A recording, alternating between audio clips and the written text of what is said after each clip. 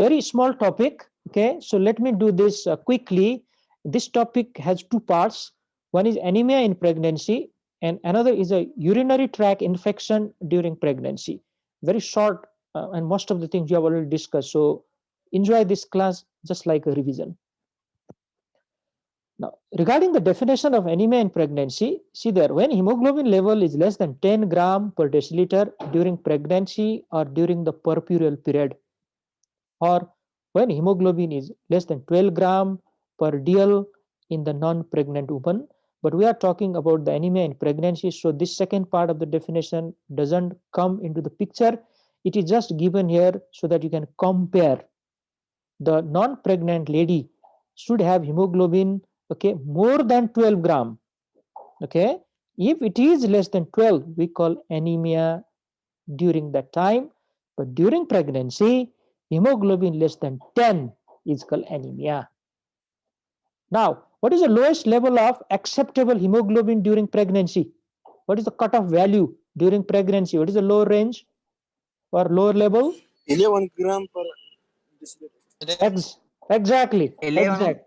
Exactly. Very good. It's 11. Very good. 11. So if it is less than 10, then we call it anemia in pregnancy. But according to the theoretical definition, less than 11 can be called as anemia. But that anemia is very, very difficult to pick. That's why less than 10 is considered. The iron deficiency anemia is the most common type of anemia during pregnancy, and this occurs as a result of nutritional deficiency. Now, you may be wondering why there is a nutritional deficiency during pregnancy. The reason is pregnancy is a high, demand state. The metabolic activity are so much increased during pregnancy. She is carrying another life inside her. Okay, so the nutritional demand is very high, and if supply cannot meet that demand, then very easily iron deficiency anemia can result. That's why one of the most commonly prescribed medicine during pregnancy is iron tablet.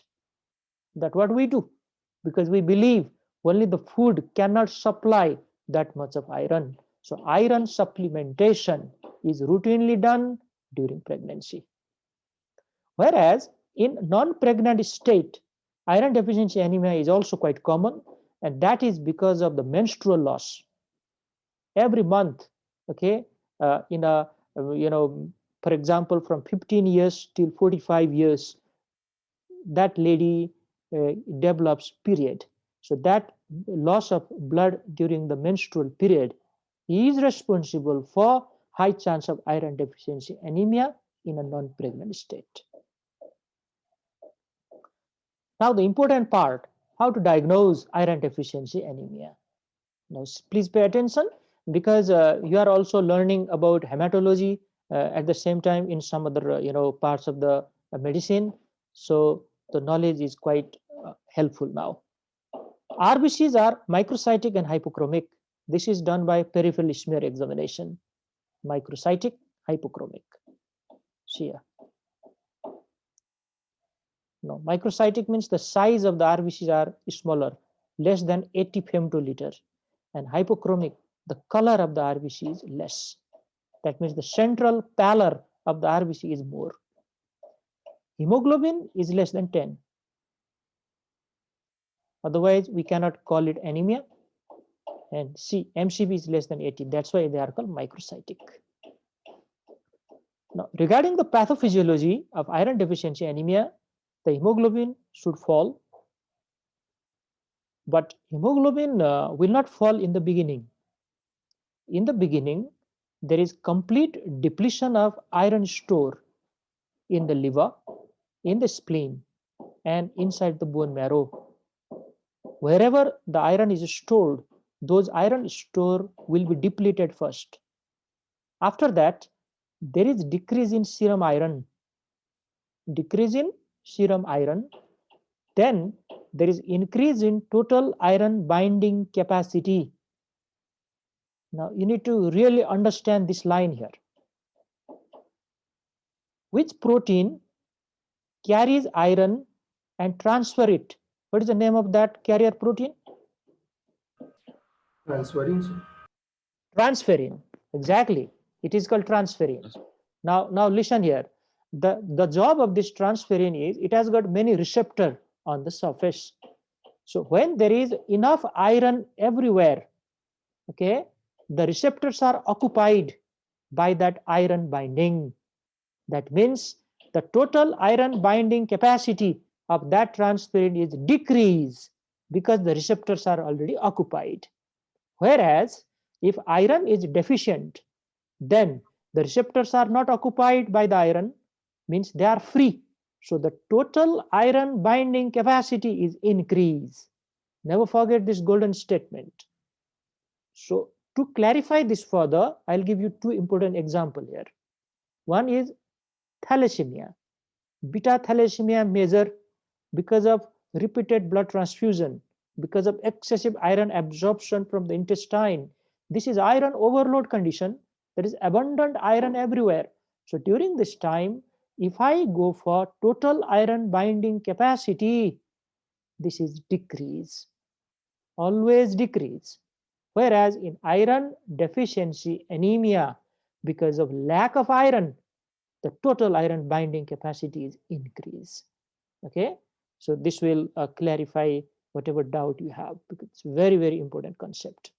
And finally, only the hemoglobin falls.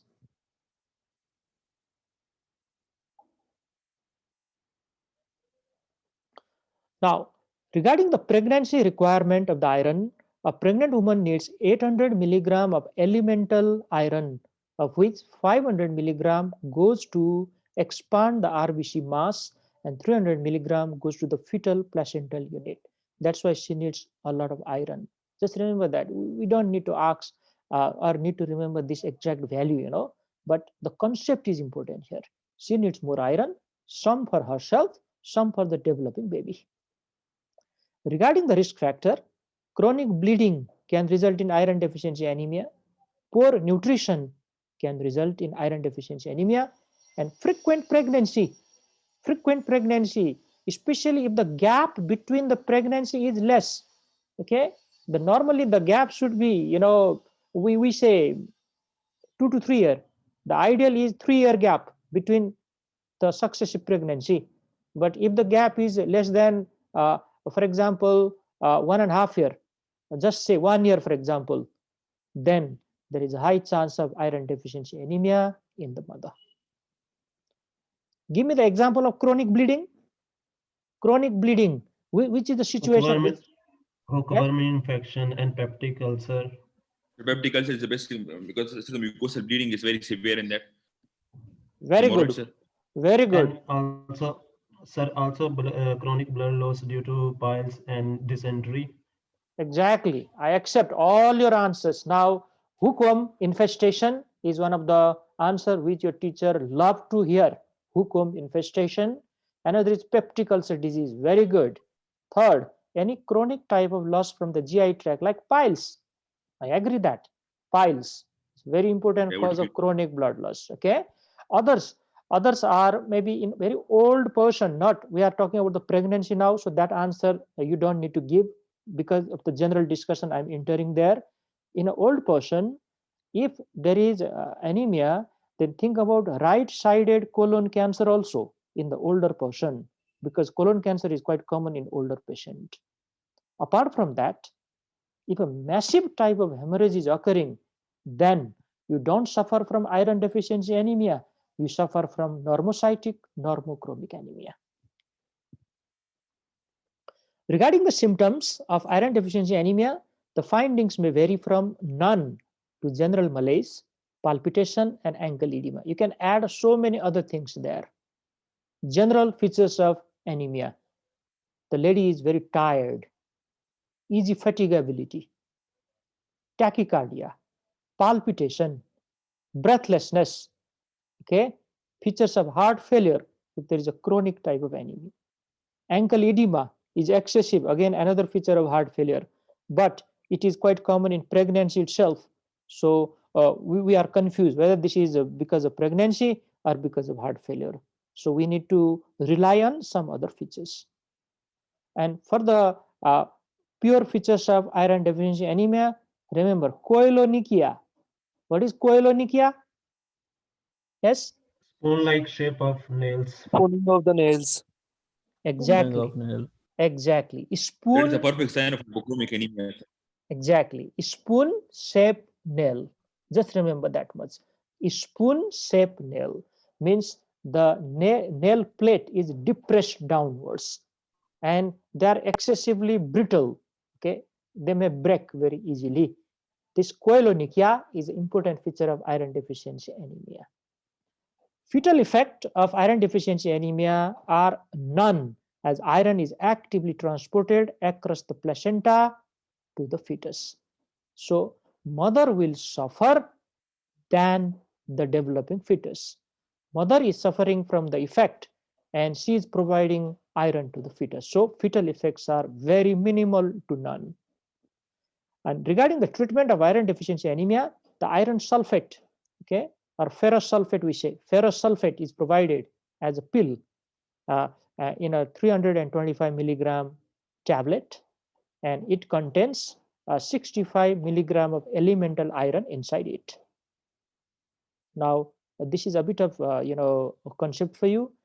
Iron uh, pill has got elemental iron. This is the active form of iron which is absorbed in the body, and rest of the iron is not absorbed, or some addition or additive substances are there in the pill.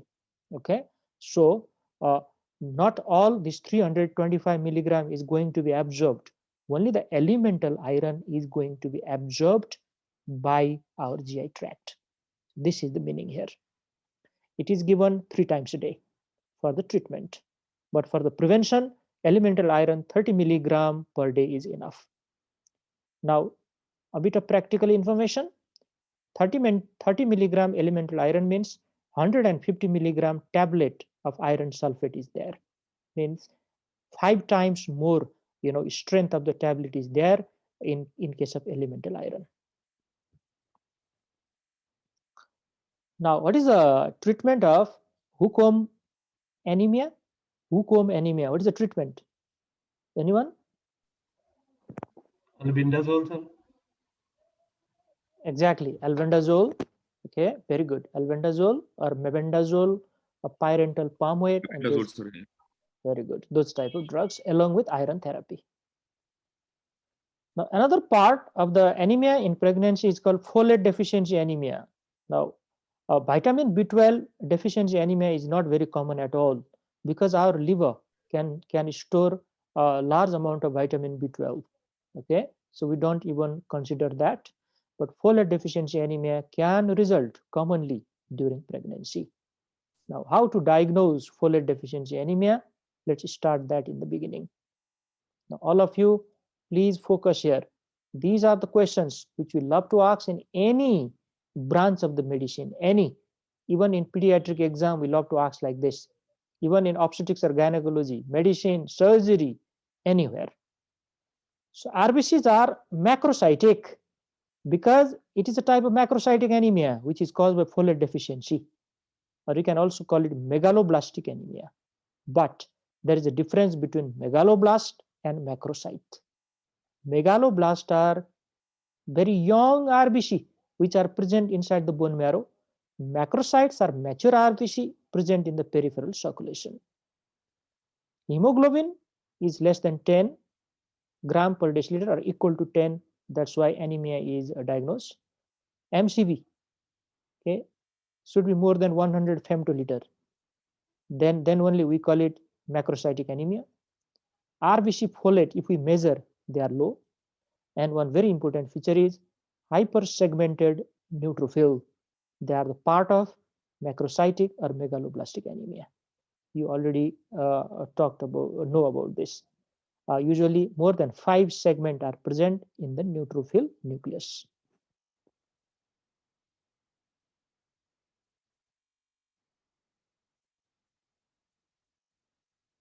Now, regarding the pathophysiology of folate deficiency anemia, the folate stores in the body are usually enough for 90 days, and falling hemoglobin value do not occur until complete depletion of folate store.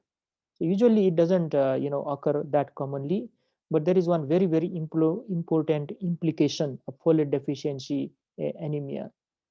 The baby, okay, the developing baby, if there is a deficiency of folic acid in the developing baby, what complication can happen? Yes, I'm sure you already know this. What is the danger of decreased Sir, folic? Spina bifida, the sir. growth of the child will be decreased. Spina bifida is basically 10%. Good. So this is known as neural tube defect. Neural tube defect, and the two good examples are spina bifida and anencephaly. Anencephaly and spina bifida. Never forget this. Now, spina bifida are of different type: myelocele, meningocele, meningomyelocele, and those different types. Anencephaly means lack of the development of brain as well as the covering of the brain. Even the cranial bones are absent there. This is a serious and lethal congenital anomaly. So to protect or prevent from that anomaly to develop, we need to provide folic acid during pregnancy. That is much more important knowledge than treatment of folic acid deficiency itself. Now, what are the risk factor of folate deficiency anemia? In which situation that can develop in that lady? See that? One is chronic hemolytic anemia like sickle cell disease. Now, the reason here is the demand of folic acid is very high in case of hyperactive bone marrow. Now, small question to you: why bone marrow is hyperactive in hemolytic anemia? Why is that? Sir, sir, because the bone marrow bone marrow to make new RBCs and the new red blood cells for the compensation of the red blood cells that had already been broken or already been hemolyzed. Okay, good. Any other? Yes. Any other Yes, answer? sir. Very good, Uzair. Good. Sir, Yes. sir, Thank you. in hemorrhagic state, sir, there is lead to increase the erythropoiesis and exhaustion of available supply of folic acid or the synthesis of the RBC. That's why, sir, there is a hyperactive. Very good. So he's adding one more thing there. Excellent. Now let me clarify this for the sake of all other students. Hemolytic anemia, any example you can take, not only sickle cell, like hereditary spherocytosis, even thalassemia, even autoimmune hemolytic anemia, any other type, there is high bone marrow activity because of destruction of the RBC in the peripheral circulation. Okay, there is hypoxia to the tissues. That hypoxia, especially in the kidney, results in erythropoietin release. Erythropoietin is acting on the bone marrow all the time, so that bone marrow is trying to synthesize more RBC to compensate for that destruction. But the rate of destruction is much more higher than the rate of synthesis. That's why still hemolytic anemia occurs. And during this hyperactivity of the bone marrow, folic acid is used up, folic acid is utilized. That's why there is relative deficiency. Anticonvulsant use like phenytoin and phenobarbital, okay, they are associated with folic acid deficiency, and frequent pregnancy is also another reason. Now let us quickly do the remaining part because we are coming toward the end, a little bit, later part of this class now. Remaining questions we can ask or discuss in the next class. Okay, let me finish that now. Now, regarding the symptoms and the fetal effect of folic acid deficiency anemia, symptoms may vary from none to general malaise, maybe palpitation and ankle edema. Similar, just like any other anemia actually. If it is severe enough, then only these features are seen. In the milder type of anemia, probably no other features are seen there. And fetal effects, low birth weight baby, yes, one of the student was already answering, because the growth of the baby will suffer definitely. In anemia it will suffer. And neural tube defect, now this is important. Now, let me write some important things here under neural tube defect. though I have already told, maybe some students are still confused. This neural tube, from this neural tube, the brain and spinal cords are going to be developed. Okay, there are two opening in the neural tube, anterior neuropore and posterior neuropore. If anterior neuropore is not closed properly, or if there is some abnormality in the development, then anencephaly results. Anencephaly, see this. Okay, anencephaly is absence of the development of brain, or absence of the development of covering of the brain. The skull bones which cover that area are also absent. And if posterior neuropore is not closed or remain open, then okay, that baby will suffer from spina bifida. There are so many different types of spina bifida. One type is called meningocele. Okay, meningocele. Another is meningomyelocele.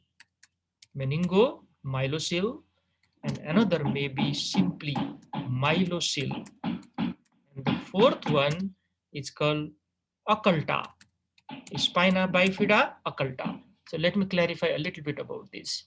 Now, spina bifida means the vertebra, posterior part of the vertebra, which is covering the spinal cord, is absent.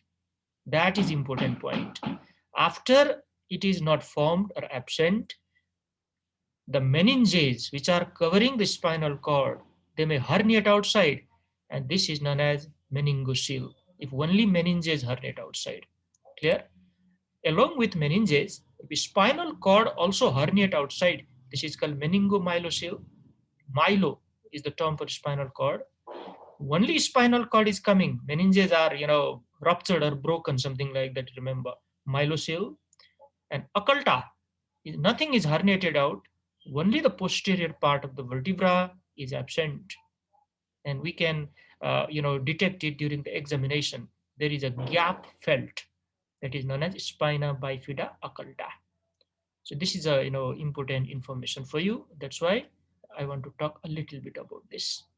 And if a lady is deficient in folic acid during pregnancy, then these things are going to happen in the newborn. That's why we routinely provide folic acid for the pregnant ladies.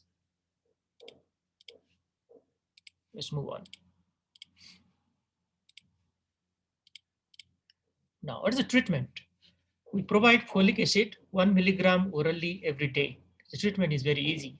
And regarding the prevention, folate 0.4 milligram orally every day for all women is sufficient for the preventing of those disastrous complications.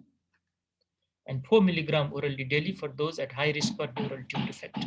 That means they're already, taking some anti-epileptic drug, okay, and taking some anti-epileptic drug, for example, or they're already having decreased storage of folic acid and already showing the features of folic acid deficiency anemia, then the baby has high chance of neural tube defect, and in those situations, we give a little bit higher dose.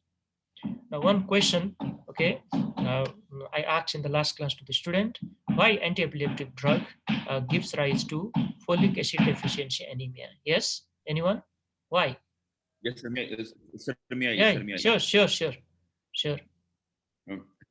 Sir, basically, sir, if we take a drug like phenytoin, for example, sir. Sir, basically, sir, the folate, sir, it is not absorbed directly, sir. It is in the poly stage. So, sir, to be absorbed by the intestine, we need an enzyme known as intestinal conjugase. So, sir, basically, this anti-epileptic drug will inhibit that intestinal conjugase. So, the folate will not be absorbed, and we will have folate deficiency. Very good, excellent answer.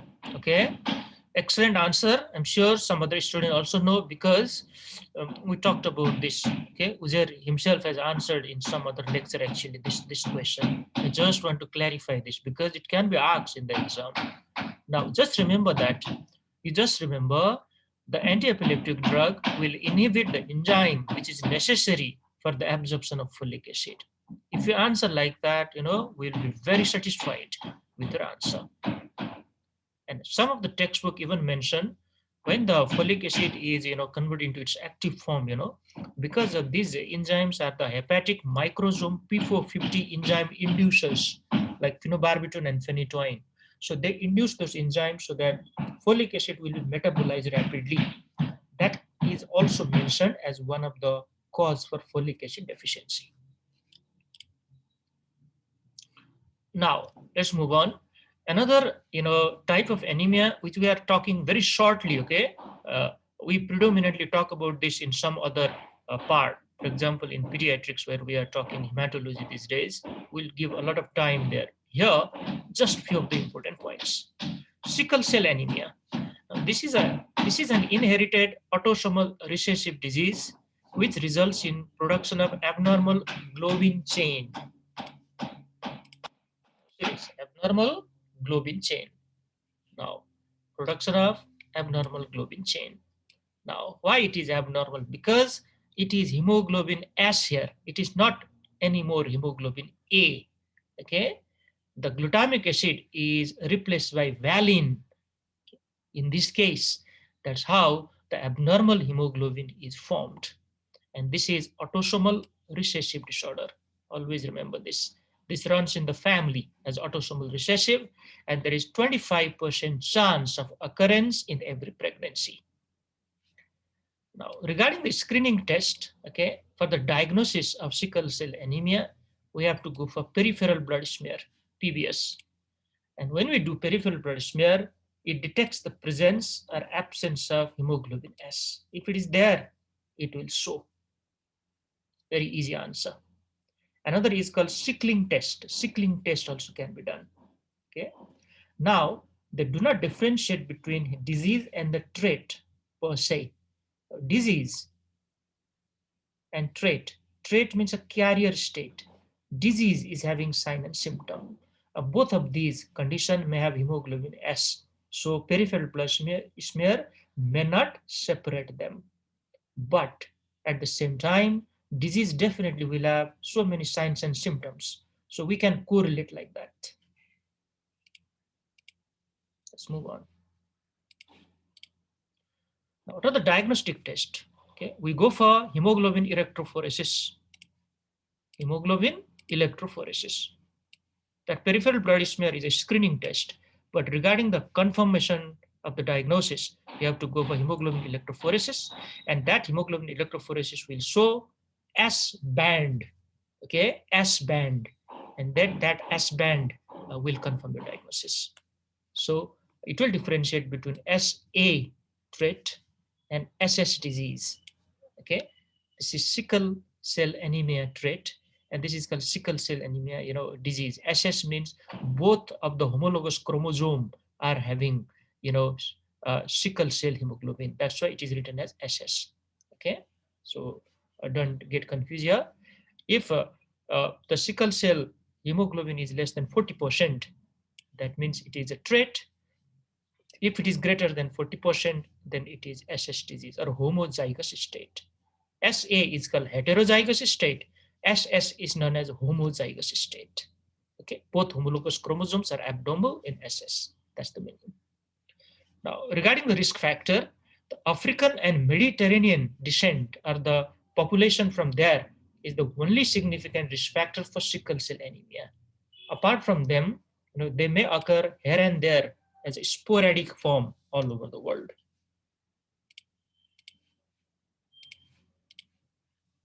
Now, we are talking about the obstetrics or the pregnant state. So what is the effect on pregnancy of sickle cell anemia?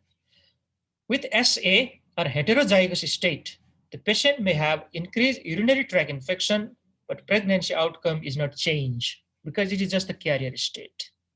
Okay, it is just the carrier. Now, you may be wondering why there is increased chance of a urinary tract infection here. And the reason is, remember, even this is a carrier state, there is hemoglobin S present already.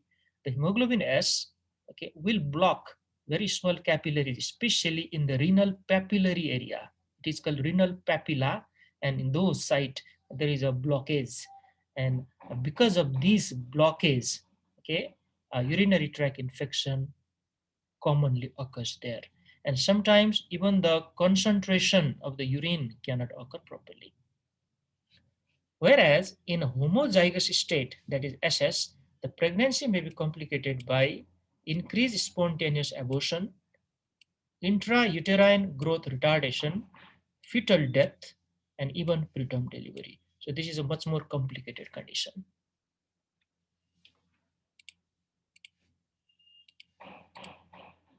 Now, what is the treatment of sickle cell anemia during pregnancy? Avoid hypoxia. See this? Okay. So let me clarify this for you, though we are going to talk extensively in some other topic. Though there is sickle cell, hemoglobin or hemoglobin S, they cannot polymerize or stick or attach with each other until and unless there is some favorable environment for them. And that favorable environment is hypoxia. Any hypoxic situation, then during that, condition, there is polymerization, means sticking or attachment of more hemoglobin S with each other. Now, they will block the flow of the blood in that small capillary. And that is the main problem in sickle cell anemia. So we will try to avoid hypoxic situation in our patient who are having sickle cell anemia. Apart from hypoxia, dehydration is another important risk factor. Infection is the third one. Just remember these three: hypoxic environment, dehydration, and infection. They are the precipitating factor for the sign and symptom of sickle cell anemia. The person is already having it, remember that, okay? But maybe, okay, the person is managing it. But if these precipitating factors are present, then it will convert that person into a diseased person with a lot of sign and symptom. I'm making it very simple for you. Give folate supplementation because this is a type of hemolytic anemia. Bone marrow is hyperactive. It is utilizing a lot of folic acid. So there is relative deficiency of folate. So we need to supplement it. Monitor fetal growth and well-being. Now, you are obstetric students right now because we are discussing that. So you all know how to monitor the fetal growth and well-being. One is by ultrasound. That's an excellent way. Okay. Another is monitoring of fetal heart rate. Okay, by fetoscope, by Doppler, by your own stethoscope, something like that. So these are the different ways. So don't hesitate if this question is asked to you.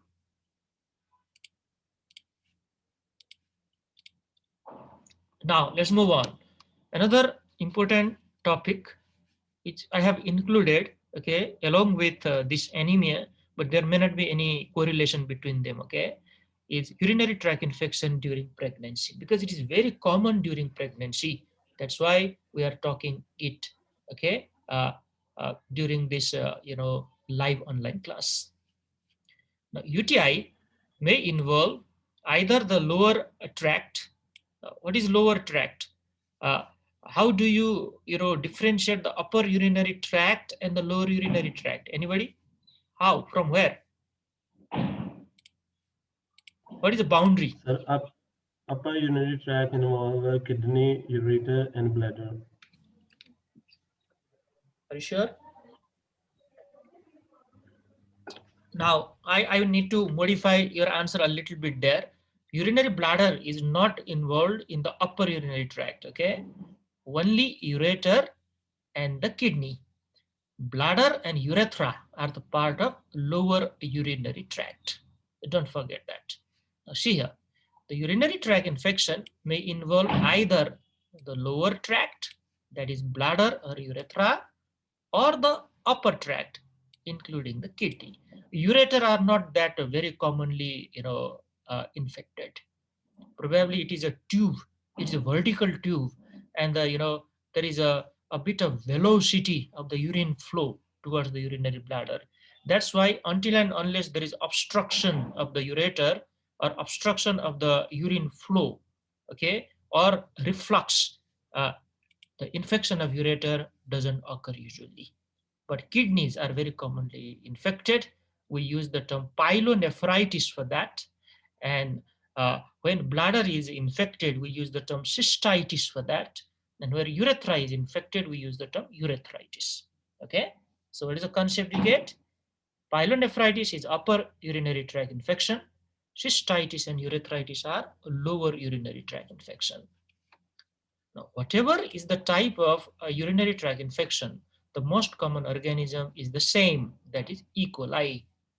Escherichia coli is the commonest pathogen regarding urinary tract infection everywhere in the world. Whichever country, okay, you go and study, whichever country's data you follow, E. coli is the most common urinary pathogen. Now, what are the risk factors? Pregnancy itself is a risk factor. Now, there are multiple reasons I can provide you here.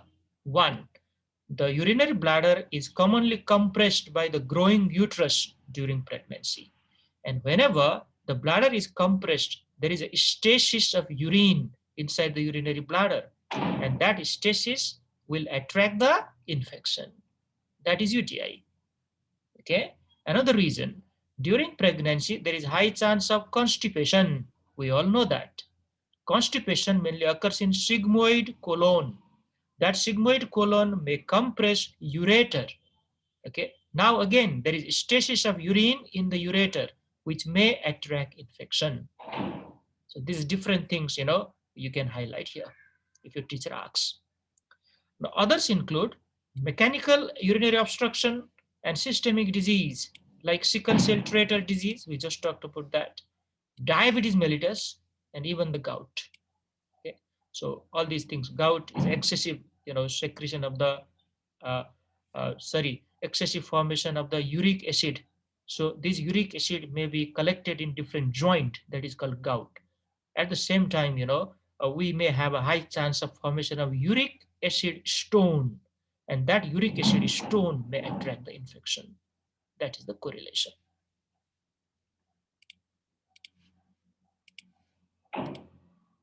Now, there is one special situation during pregnancy which we like to highlight here, that is known as asymptomatic bacteriuria. Now, just analyze the term, your answer is right there. Asymptomatic bacteriuria.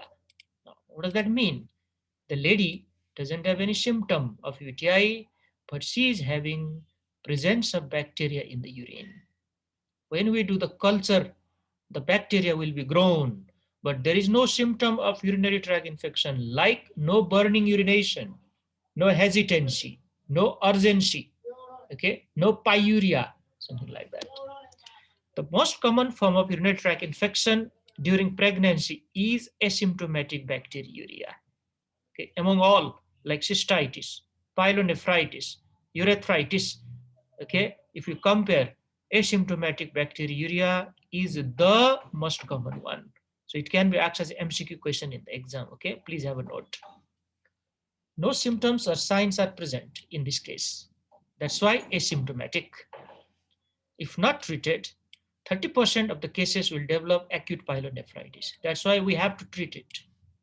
There may be a bit of controversy here. If the lady doesn't have any symptom, why to treat? But remember, later on, it may, complicate into pyelonephritis. That is a serious condition. So we need to treat after the diagnosis. Now, how to diagnose? It is done with a urine culture. If that urine culture is positive, which is showing 10 to the power 5, 10 to the power 5 colony forming unit of a single organism, it is confirmatory. Okay, please mute yourself. So this is 10 to the power 5. Okay, 10 to the power 5 colony forming unit, or more than 1 lakh colony forming unit. This colony forming unit is an important term in case of culture. When we, examine the culture plate, the small colonies are seen there. Okay, it is done by a microbiology lab. So don't get confused. Colony forming unit. It should be more than 10 to the power 5. Then only, your diagnosis is confirmed. And one more thing, that colony should be formed by a single organism. If there is mixture of the organism, then we think this urine is contaminated. The person, the pregnant lady, has not properly collected the urine. Now, one small question I like to ask you here. How to collect urine and give to the lab for the examination? What are the different way of collection of urine? Anybody?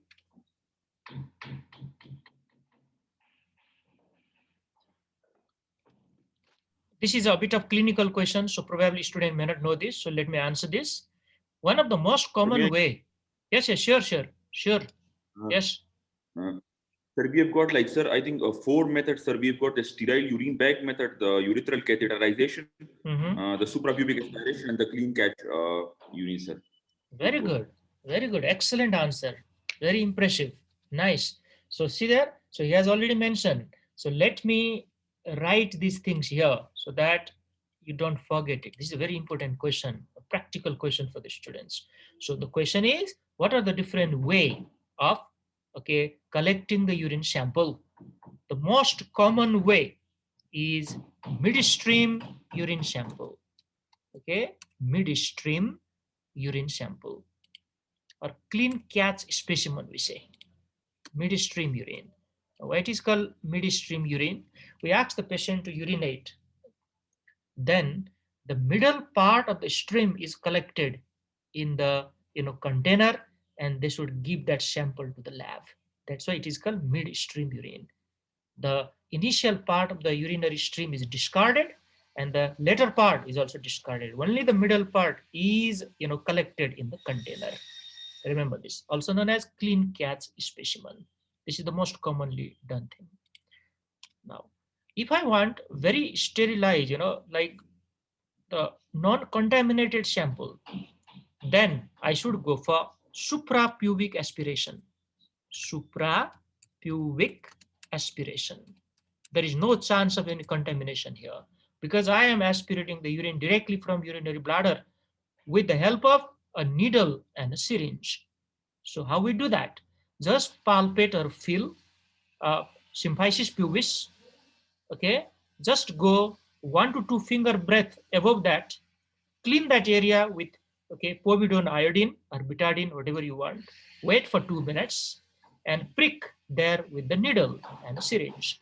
Aspirate the urine, send it to the lab. This is the best specimen, but it is not commonly used in the clinical practice. Why? Because it is an invasive procedure. It gives pain to the patient. Many of the people, they are not ready for this type of thing. The third one is catheter sample. Catheter sample. You can call catheterization. That is another way, and this is also a little bit of invasive thing because we need to put catheter into the urethra. Though catheterization is very simple in female than in male, so you can go for this type of urinary sample collection. And the one more he has mentioned is a urinary bag. That is least likely one because it has high chance of contamination. Now let's move on. If you have confirmed the diagnosis, then how to treat? Treat with a single agent, outpatient, oral antibiotic. Amoxicillin can be given very safely during pregnancy. Amoxicillin will do the job here. Better, you will check the antibiotic sensitivity test. Now, let's talk a little bit about acute cystitis, means acute infection or inflammation of urinary bladder. Now, this is a urinary tract infection which is localized to the bladder without systemic finding. There's no fever. Always remember this. In case of cystitis, there is no fever. Fever is there only in pyelonephritis. And in pyelonephritis, there is high-grade fever with chills and rigor. Whereas in cystitis, there is urinary symptom like urgency, frequency, and burning, but there is no fever. If you remember these important points, it is very easy for the diagnosis. See here, urgency, frequency, and burning, but without systemic finding. This is cystitis. If not treated, 30% of the cases will develop acute pyelonephritis because the bacteria may ascend up, towards the ureter, and they may reach the kidney, especially if there is vesico-ureteric reflux present. Without vesico-ureteric reflux, the organism cannot ascend up. It is diagnosed with a positive urine culture, again, more than 10 to the power 5 colony forming unit of a single organism is necessary for the confirmation of diagnosis, and treatment is with a single agent outpatient oral antibiotic, because this is a very minor type of problem. Okay, you don't need to admit this lady. Again, amoxicillin can be given. Now, a little bit complicated type is acute pyelonephritis. See this, acute pyelonephritis. Now, this is an upper urinary tract infection with systemic finding. Now, those systemic findings are written here. There is shaking, chills, anorexia, nausea and vomiting, and severe flank pain. So these are the important features. This is a high-grade fever with chills and rigor. That is called shaking chills. It is one of the most common serious medical complication of pregnancy. We don't neglect it, We admit this type of lady to the hospital and then go for the treatment. Regarding the sign, there is high-grade fever we can measure. There is tachycardia, and there is costovertebral angle tenderness, also known as renal angle tenderness. Renal angle is the angle between 12th rib and erector spiny muscle. The erector spiny muscle is present on the side, both sides of the vertebra. So we just press right there in the angle between 12th rib, which is the lowest rib in our body, and erector spiny muscle. So the person will have a lot of pain if we do that. We can also thump in that area. Patient will complain of pain. Some of the complications can be preterm labor and early delivery. It can happen because of infection in the body. And severe cases are complicated by sepsis, anemia, and pulmonary dysfunction. Sepsis, anemia, and pulmonary dysfunction. Sometimes they even require intensive care unit, including intubation. This is all associated with sepsis and septic shock. There may be ARDS and all those things, So in one sentence, it is a serious infection which is going on in our body, or in the body of that pregnant lady, I should say. So complication can happen.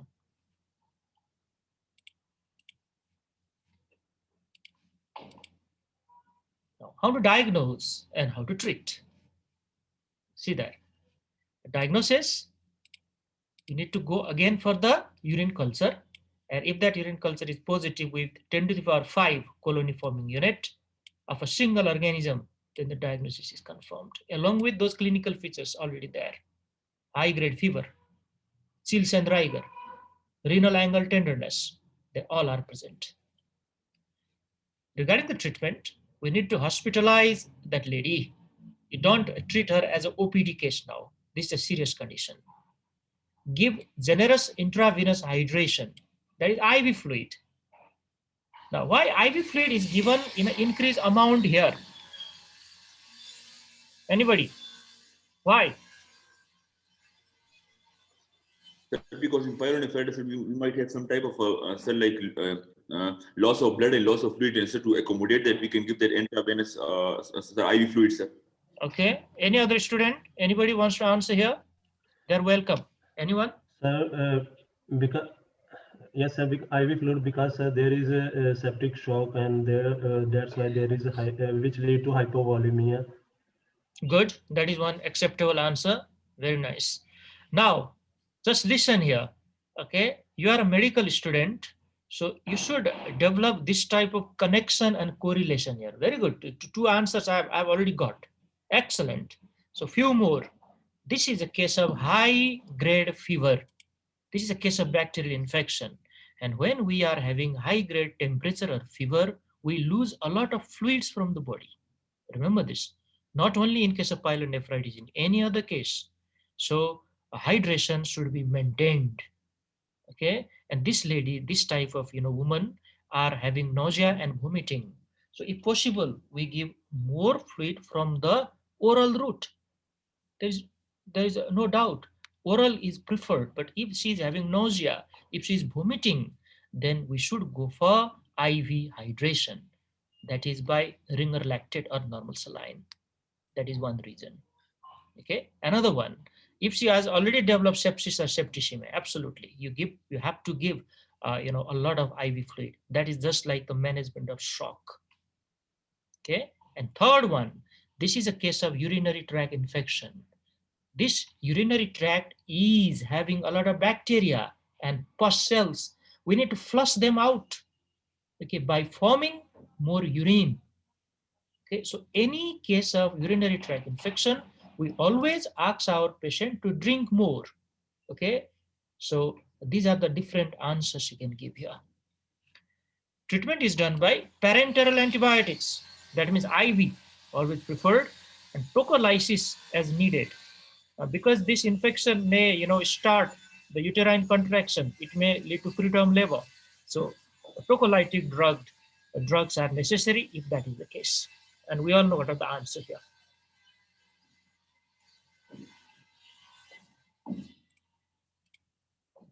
Now, at the end, I have collected two types of problems.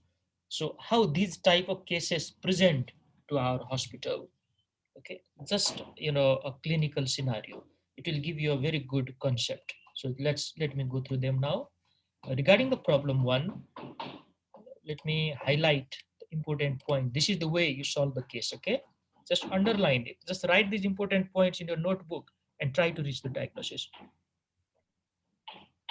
18-year-old, okay, female or woman, G3P2, had prenatal lab test drawn when she was seen for her first prenatal visit at 18 weeks gestation. So she just attended the antenatal clinic or prenatal clinic at 18 weeks. And she is G3P2 and her age is 18-year-old. The complete blood count showed the following. That means CBC. The hemoglobin is 9.5 gram per deciliter. Hematocrit is 28% only. MCV is 75. Her first child was delivered 2 years ago, with her second child born 1 year ago. So there is a very, less gap between the pregnancy. The inter-pregnancy interval is just 1 year. Now see this, okay? So what's going on here? 9.5 gram of hemoglobin. Is it normal or abnormal for her? It is abnormal. Normal, sir. It is iron deficiency. Because sir, we've got It is 2 a points case here. of iron deficiency anemia, sir. Because we've got Microcytic anemia. we've got hemoglobin less than 10. So sir, we've got a confirmed case of iron deficiency anemia. Very good. Almost all students are answering in the same way. Excellent. This is iron deficiency anemia. Very good. One is confirmed by hemoglobin and hematocrit. That is telling this is a case of anemia. And when MCV is less than 80, this is a case of microcytic anemia. And the most common type of anemia during pregnancy is iron deficiency 1. Okay, very good. This is the way a question would be asked to, and then some of the related features of iron deficiency can be asked there. Okay, very nice. Let's go to the another one. Problem number 2. Okay, just like that. Let's talk about it. A 23-year-old primigravida at 31 weeks of gestation now comes to the birthing center or unit with complaints of flank pain, nausea or vomiting, and second chills for the past 12 hours. She has been diagnosed with sickle cell trait. You see that this is a predisposing factor for her. Any student can give me the diagnosis here. So what is the diagnosis here? Okay, what is the diagnosis? Pyelonephritis. Pyelonephritis, sir. Sir, acute pyelonephritis, sir, because of Pyelonephritis. the flank pain, sir. Flank pain is very All the symptom out here, and also we can see acute the pyelonephritis. sickle cell trait. Exactly. Very good. So this is a confirmatory case of acute pyelonephritis, and you have got a risk factor also, that is sickle cell trait, and she is a pregnant lady also. So pregnancy and a sickle cell trait are 2 risk factors here, and these clinical features are highly suggestive of pyelonephritis. Now see here, your examination finding will further help you regarding the diagnosis. On examination, our temperature is 103 degree Fahrenheit, okay, relatively high grade temperature. pulse tachycardia, respiratory rate are higher, skin is grossly diaphoretic, means she's sweating a lot. This is called excessive sweating. And she has exquisite right costovertebral angle tenderness, means right renal angle is tender. Electronic fetal monitor shows a baseline heart rate of 170 beats per minute with reactivity, means it is well reacting to the uterine contraction. Uterine contraction are noted every 10 minutes.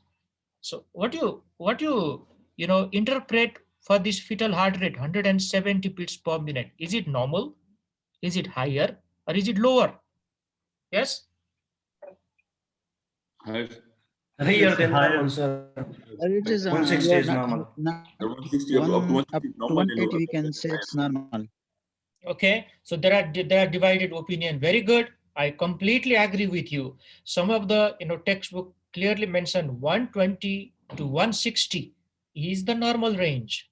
Okay, and some other textbook mention up to 180. We don't need to worry. So I will keep this lady under supervision, under a bit of more type of monitoring. And if something else occur, I'll quickly go for the delivery.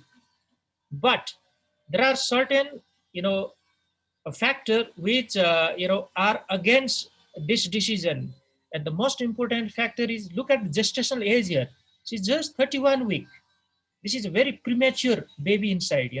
So as far as possible, I like to control her infection with antibiotic, give her good amount of IV fluid, give her analgesic or antipyretic drug, I should say, and then monitor this fetal heart rate frequently. If it is falling between 120 to 160 range, I'll continue the pregnancy. Even after doing this, if the fetal heart rate is still more than that, I don't want to take any chance. I will deliver this baby, though the baby is 31 weeks gestation. This is the way. Okay. You have got this much concept from our obstetric discussion.